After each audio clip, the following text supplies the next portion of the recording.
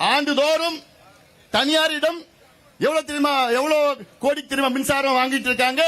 கிட்டத்தட்ட 55,000 கோடி ரூபாய்க்கு தனியார் கிட்ட இருந்து மின்சாரம் தமிழக அரசு வாங்கிட்டு இருக்கு.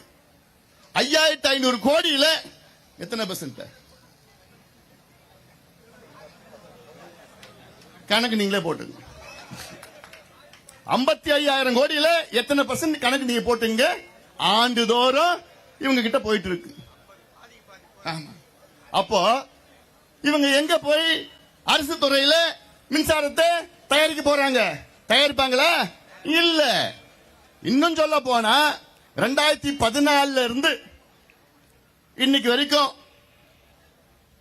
கிட்டத்தட்ட 5,700 மெகாவாட் மின்சாரம் தயாரிப்போம் என்று அப்ப அறிவிச்சாங்க.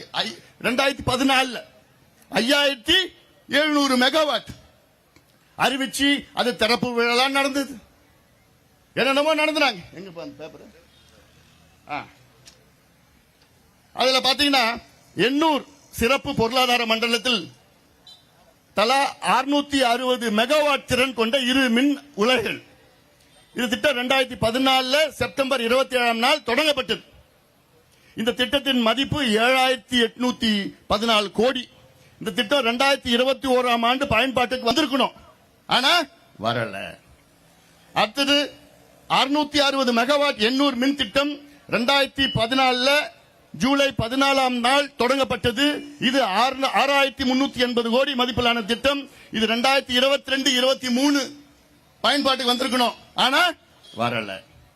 அடுத்தது 6,376 கோடி செலவில் 800 மெகாவாட் திறன் கொண்ட வடசென்னை சூப்பர் கிரிட்டிக்கல் தொழில்நுட்ப மின் திட்டம் 2016ஆம் ஆண்டு தொடங்கப்பட்டது.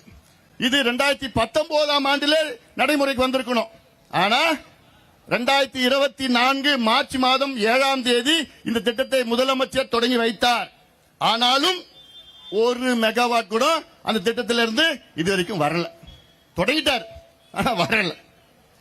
அடுத்தது தலா 800 மெகாவாட் என 2 பிரிவுகள் கொண்ட 1,500 மெகாவாட் திறன் கொண்ட உப்பூர் மின் திட்டம் 12,778 கோடி மதிப்பில் 2016ஆம் ஆண்டு பிப்ரவரி மாதம் தொடங்கப்பட்டது.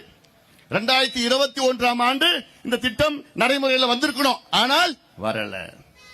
அடுத்தது தலா 660 மெகாவாட் வீதம் 2 உலைகள் கொண்ட 1,320 மெகாவாட் திறன் கொண்ட உடன்குடி மின் திட்டம் 10,615 கோடி செலவில் 2017ஆம் ஆண்டு டிசம்பர் மாதம் தொடங்கப்பட்டது.